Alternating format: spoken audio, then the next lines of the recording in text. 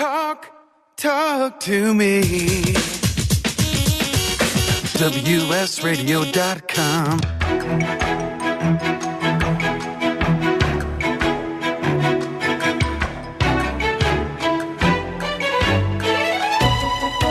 The San Diego Council on Literacy brings you Literacy for All with your host, Jose Cruz.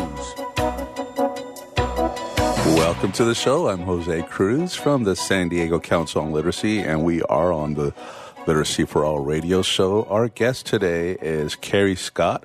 She's the Community Outreach Supervisor for the Carlsbad City Library Literacy Program, and I know there's also the Computer Literacy Lab, so I kind of get all those jumbled together. Welcome to the show, Carrie. Thank you. Thank you for having me. So glad that you're on the show. We've been working together a long time. And you have a story, just your whole story about getting into literacy and I would say leaning into it and now running the literacy program for the Carlsbad City Library. Tell me just briefly, did I get your title right? Like I said, it's Carlsbad City Library, then there's the Computer Literacy Lab, and then your title is Community Outreach Supervisor, but in our world, we call you a literacy program director. That's right. In Carlsbad, we're really fortunate to have a library called the Learning Center where we integrate many different types of literacies. And I do coordinate the adult literacy program and a high school literacy program. We also have digital literacy and youth literacy. So we do it all up there.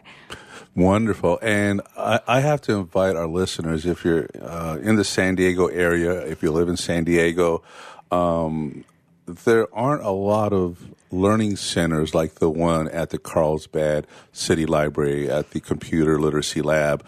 Stop in and visit. Look it up. You're on Eureka Place. Is that the street? Yes, we're in Eureka Place in Carlsbad, 3368. It's in a neighborhood. The idea is to have a walkable community learning center that people can access easily.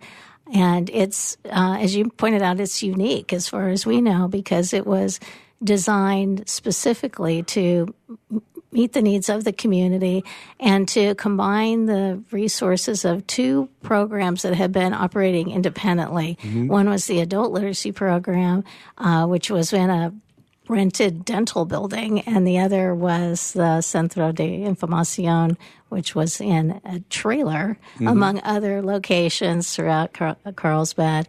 And then the idea was to bring those services together under one roof. And I've been to both, and so I see I see how things have evolved so that you have what is a community learning center, but also the importance of the provision of adult literacy services and then responding to the needs of second language populations and the Latino population in the city of Carlsbad.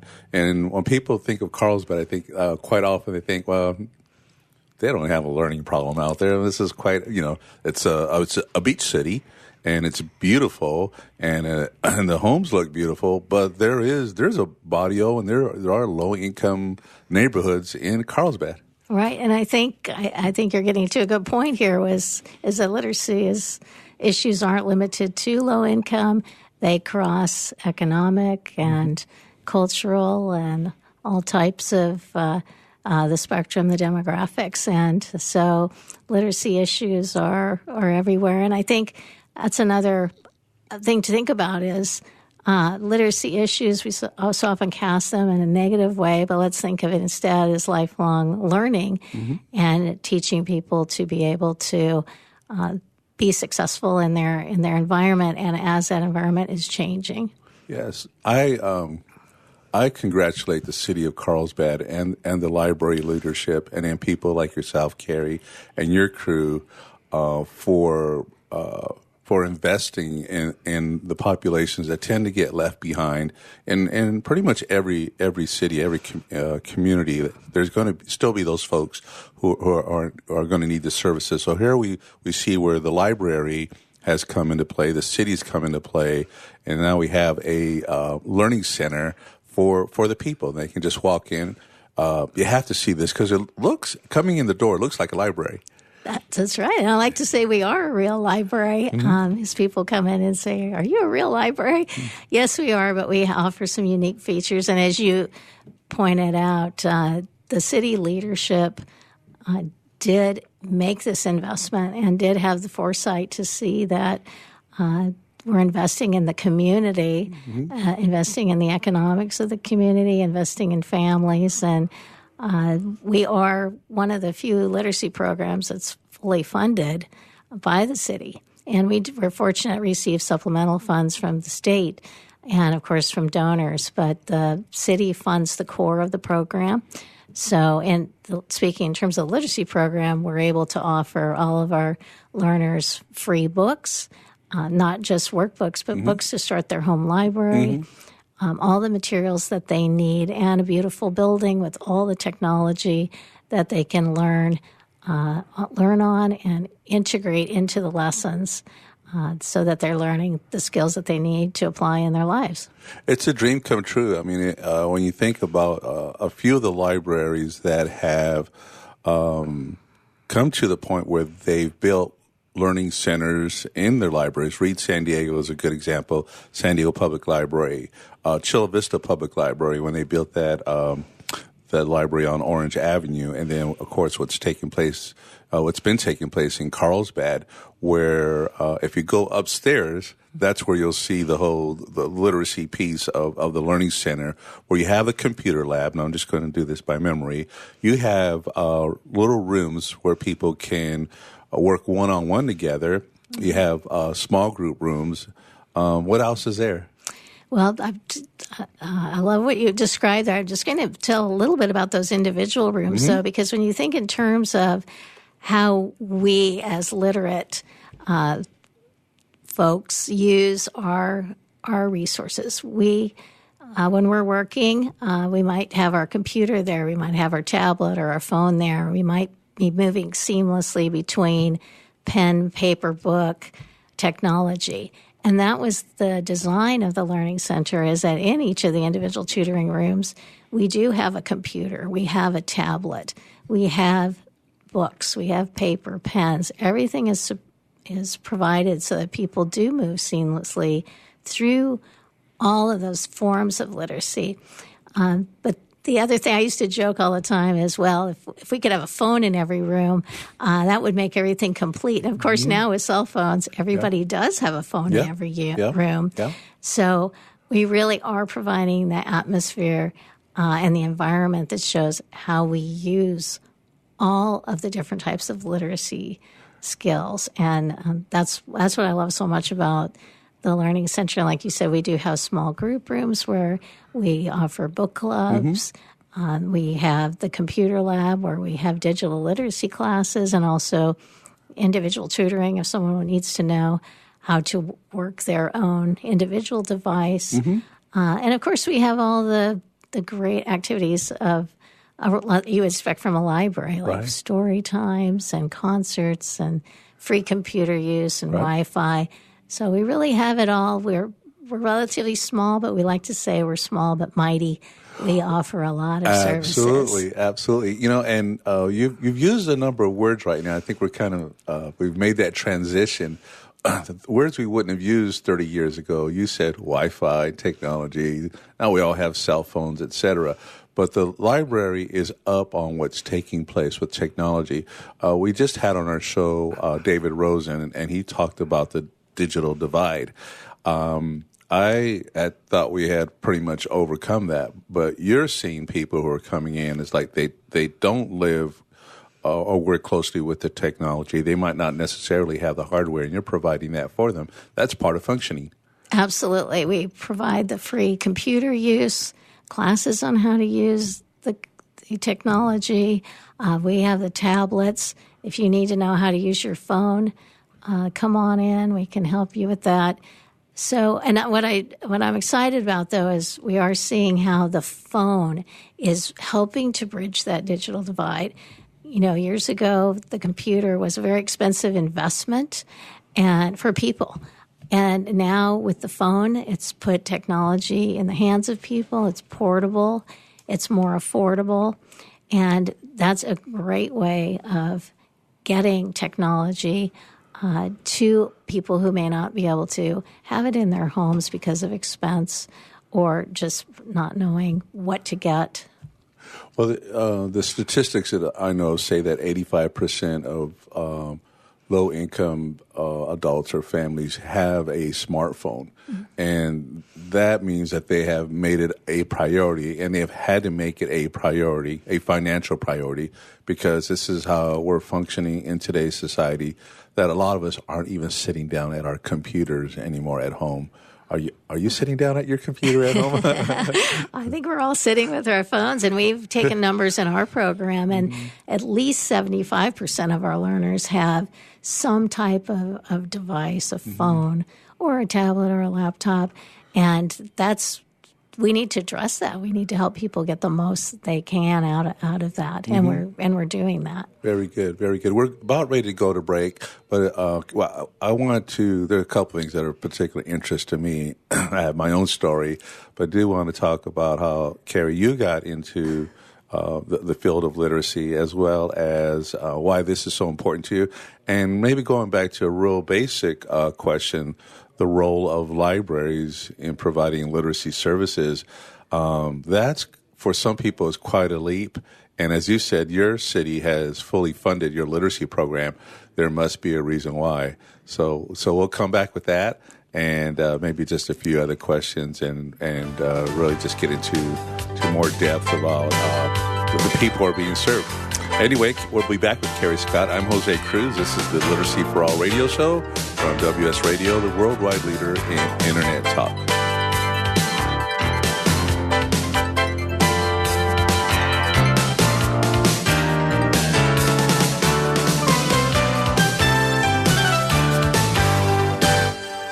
You take your smartphone almost everywhere you go. Now, WSRadio.com can be there too. Search WS Radio in the Play Store for your Android devices or iTunes for Apple, and download the WS Radio application. WSRadio.com, on your phone and in your ear everywhere you go. Download the WS Radio application. Do it now. It's very easy. WSRadio.com. Looking to be a successful entrepreneur? The virtual assistant industry continues to be a top choice for those looking to start their own business. The problem can be how to become a virtual assistant. Many turn to the Bible of the VA industry, the book Virtual Assistant, the series, and it's the perfect guide for office managers, executive assistants, and other administrative professionals looking to make the transition from employee to successful business owner. Go to vatheseries.com to get your copy today. Small businesses are the lifeblood of America's economy. Every Thursday, SBA Radio interviews industry professionals and is dedicated to provide small businesses with timely insights and innovations. Visit www.sbaradio.us for details. Homeless veterans and their families are suffering and need our support, but many won't ask or don't know that help is within reach. Veterans Community Services is here to help. Amazingly, about 35% of the homeless in our neighborhoods are veterans with families. Low-income veterans or their friends are encouraged to contact Veterans Community Services and reach out for help with housing and other services. Call now, 800-974-9909. Can you imagine a world without children? A world where children don't play, or dream, or imagine.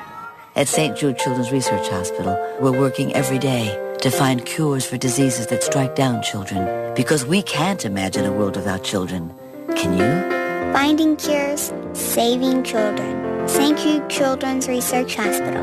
To learn how you can help, log on to our website, stjude.org. Donate cash, furniture, clothes, and other gently used household items to Father Joe's Villages and get a nice tax break in April. Every donation is tax deductible. Believe you can make a difference. Be Father Joe. Go to neighborhood.org or call 1-800-HOMELESS to donate today. Talk to me. WSRadio.com.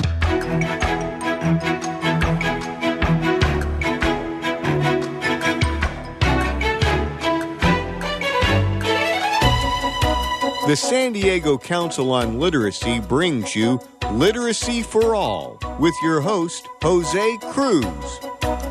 Hello, I'm Jose Cruz. This is Literacy for All radio show, and we're on WS Radio. Our guest here in our second segment is still Carrie Scott. She is the Community Outreach Supervisor for the Carlsbad City Library.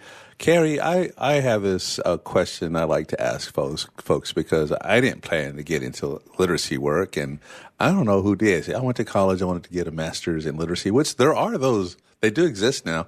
How did you get to be where you are today? Well, that's funny that you say that people don't go to school yet in literacy. I have a degree in chemistry and an MBA, and yet here I am. And what happened was I was engineering manager at Hughes Technology Center, which was up in Carlsbad. And one day I just happened to be back in a back area waiting for the rain to let out so I could leave for the day. And I saw a sign that said, "Help an adult learn to read." And I thought, I'd like to do that. Mm-hmm. And that was in the days before cell phones. We were talking about cell phones earlier. Right. But there was no cell phone, so there was actually a pay phone on the wall. And it was Friday. It was a Friday afternoon. And I picked up the pay phone and I called the number on the sign. And I reached the coordinator, who was my predecessor and our friend Linda Jones. And I got signed up for an orientation right away, and I became a literacy volunteer, and that was back in 1988. Wow. And so you gradually, you stayed with the program. You were a tutor for a while. You maybe started helping out at the literacy program? I was a tutor for 12 years, and I also was training on computers. My husband and I actually set up the computer lab at Carlsbad. We came in on a weekend. It was a Memorial Day weekend, and cleared out a storage room and installed some computers that had been donated. And we did that. I did some training. And then in about 2002, I was offered some hours there. I had retired from Hughes. And I was going to ask how you could leave Hughes. And then, I retired. They actually closed, unfortunately. But and then I had my own business for a while. And then in 2002, I was offered a position there part-time, 4 hours a week. Okay. And it was funny. I started there 4 hours a week working in the building. And since then, I've just kept at 2 became 4 became 8, and before I knew it, I was full-time and coordinating the program. Very good. Well, I have to say, so you had a background in chemistry? Yes. Okay. Yeah. But literacy seems to have been in your blood all along, because you really do fit in what you're doing. This is destiny. Let's just call it that. Well, it's really funny, because when I got into literacy, I still really didn't know very much about literacy. I didn't know what I was getting into. I didn't think I knew anyone who couldn't read, and I went to a workshop on workplace literacy, and it was hosted by 2 people that you'll know their names, Nancy Hampson and Marian Thatcher. These are great folks who were involved in literacy locally for years. And everyone there would tell me, since you work in manufacturing and engineering, you must see literacy issues all the time. And literally, I would look blankly at them. I had no idea what they were talking about. But because of their mentorship and learning from them, and also from people like you, Jose, and Linda Jones, and Chris McFadden out at Reed San Diego, I like to describe it like someone wiped the fog off a window. I was able to see what people were talking about with literacy issues. In the workplace. That they were hidden, that they disguised as other issues. And I realized that literacy was a bigger problem that I was aware of. Did you ever did you ever have a contract with an, you don't have to say the company, but did you ever have a contract where you did workplace literacy? I did, actually. When I retired from Hughes and the plant closed, I had a business for about 5 years where I did go into companies and work with them on literacy issues in the workplace. See, I missed that part of your story. Yeah. And I do remember seeing I was going through old stuff, but I think this was United Way's Workforce Literacy Task Force or something like that. And I remember your name being one of the, I would say, vendors on that list. And I said, how much of that did she do? So I just learned a few things. But we have about 6 minutes, so I'm just paying attention to time. There's so much I want to talk about. Carrie, libraries are involved in literacy instruction. Do you still have to deal with a whole lot of what we had to deal with back in 1984, 85 to convince people this is a place where you can go, you should be able to go to get help with reading? Right, I do remember those days, and I'm happy to say that I'm definitely seeing that change, at least where we are.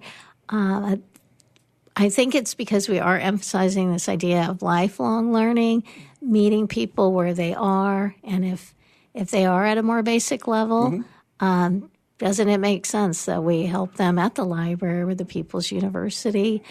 I like to think of the Learning Center as offering kind of this continuum of learning from not just ages and stages, so early literacy from babies and toddlers all the way up, but also the different stages, even non-native speakers learning English or native speakers who are struggling and need to improve their skills to meet their life goals. So I think it's great that we have the libraries to offer these services. Well, libraries are everywhere, right? I mean, talk about community-based access because things are community-based. So it's a place where people will know where to go. And then, of course, there's the help that people get there. Part of how that help happens, you do have the technology, but just tell us briefly about who are the people who volunteer to tutor. You still provide one-to-one instruction. I know not everybody does anymore, but we do. We're fortunate to have a great number of volunteers. Right now I have about 63 volunteers. And the volunteers are very diverse. Some are former teachers, but you don't need to be. Some are just looking to contribute to the community. Some might have had a life change themselves. Perhaps they're widowed or they're not working anymore. They're retired, and they're looking for a way to really contribute on a deep level. And what greater way to invest your time than helping someone improve their reading and writing? So we want people to be in touch with you if they would like to volunteer to help. And then answer the question regarding tutor training and then the amount of commitment. That's right. We do help you every step of the way. You don't have to have any background in literacy. We offer an orientation, which is no obligation. You'll come in and learn about the program, learn about our learners, and then you'll come to a training, which is 2 to 3 hours, and but training is ongoing. So that just gets you started. Everybody's engaging in ongoing learning. That's right. The expectation is you'll always be learning. Your training is never done. But then you'll get matched with an adult learner. You meet twice a week for an hour and a half each time. We ask for a minimum 6-month commitment. And then we'll continue your training as you're working with your learner and their goals and needs change, and we'll give you new materials and give you development opportunities to learn more about how to help them. Very nice. I'm going to ask you about your favorite learner story, but where can people go if they want to volunteer, if they're in the Carlsbad area and want to be a tutor? You can contact carlsbadlibrary.org, or you can call us at 760-931-4510, or you can email us at literacy@carlsbadca.gov. And this is the same contact information if someone wants to improve their reading and writing skills. They can also contact you that way. Absolutely, and yes. You take in walk-ins. We absolutely take in walk-ins. We'd love to have you come in and talk to us. All right. We have a couple of minutes, so tell us. I know there's a number of stories that are inspiring. These are life-changing decisions that individuals have to make just to contact you. Tell us your favorite story of a literacy student. I think one of my favorites was when I started because I didn't know anything about literacy, and I heard a story from a learner about how he went out to breakfast with his family, and he was able to order what he wanted. And that stopped me in my tracks. I was thinking, in the past, he said he would order what anyone else ordered or what his wife ordered because he couldn't read the menu. And I thought, think of the times in your life where someone orders for you. You're a child, or maybe you're in the hospital, or you're in an institutional setting, or you're ill. Being able to order for yourself. Right. How important is that? That's freedom.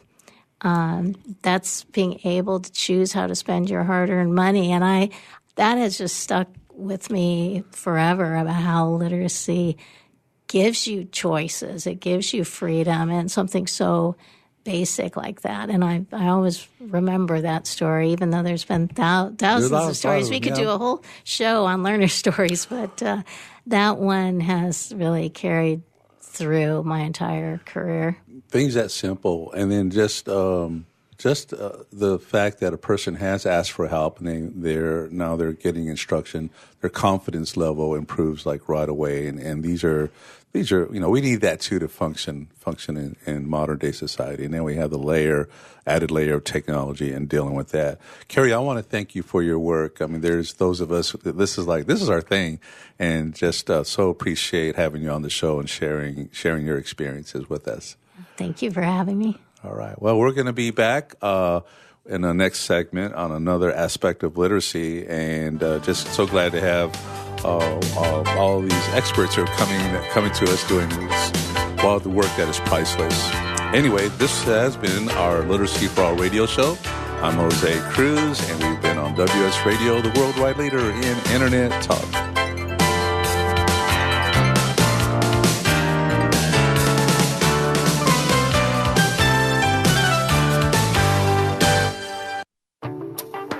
Nowadays, internet devices are an integral part of your home. Everyone in your family has a smartphone, tablet, or a computer. Life is easier knowing that all your devices are secured and your family can surf the internet carefree. ESET Multi-Device Security Pack does just that. One license for all your devices. With ESET, it's simple to stay protected and save money. Enjoy safer technology with ESET Multi-Device Security Pack at ESET.com. That's ESET.com. On the internet, your business's reputation can be unjustly destroyed in an instant. Don't wait for that to happen. Building and marketing your 5-star reputation can increase your business by as much as 19%. Take control of your reputation and have the 5-star reputation you deserve with Reputation Marketing Solutions by DSI Development. Become the go-to company by visiting 5starrepmarketing.com. The number 5starrepmarketing.com. Hey, it's Catherine from Listen Local Radio. Moe's Guitars has proudly served the San Diego music community since 1975. Specializing in guitars, basses, mandolins, banjos, and ukuleles, they buy, sell, trade, and consign. If you're looking for lessons, repairs, accessories, and cool gear, you found the right place. Located in downtown La Mesa Village, stop by and check out their digs or visit moesguitars.com or their Facebook page. mozeguitars.com, 619-698-1185. Tired of presentations with no impact, no inspiration, and no traction? Do dull speakers have you and your team disengaged and distracted by smartphones? Christopher McCullough brings energy, insights, and 2 decades of experience, delivered with punch, humor, and heart. Your team will leave energized, uplifted, and with a sense of purpose. Visit ChristopherMcCullough.com to bring some heat to your next speaking engagement. MCAULIFFE. ChristopherMcCullough.com. Nowadays, internet devices are an integral part of your home. Everyone in your family has a smartphone, tablet, or a computer. Life is easier knowing that all your devices are secured and your family can surf the internet carefree. ESET Multi-Device Security Pack does just that. One license for all your devices. With ESET, it's simple to stay protected and save money. Enjoy safer technology with ESET Multi-Device Security Pack at ESET.com. That's ESET.com. Tired of presentations with no impact, no inspiration, and no traction? Do dull speakers have you and your team disengaged and distracted by smartphones? Christopher McCullough brings energy, insights, and 2 decades of experience, delivered with punch, humor, and heart. Your team will leave energized, uplifted, and with a sense of purpose. Visit ChristopherMcAuliffe.com to bring some heat to your next speaking engagement. MCAULIFFE. ChristopherMcAuliffe.com.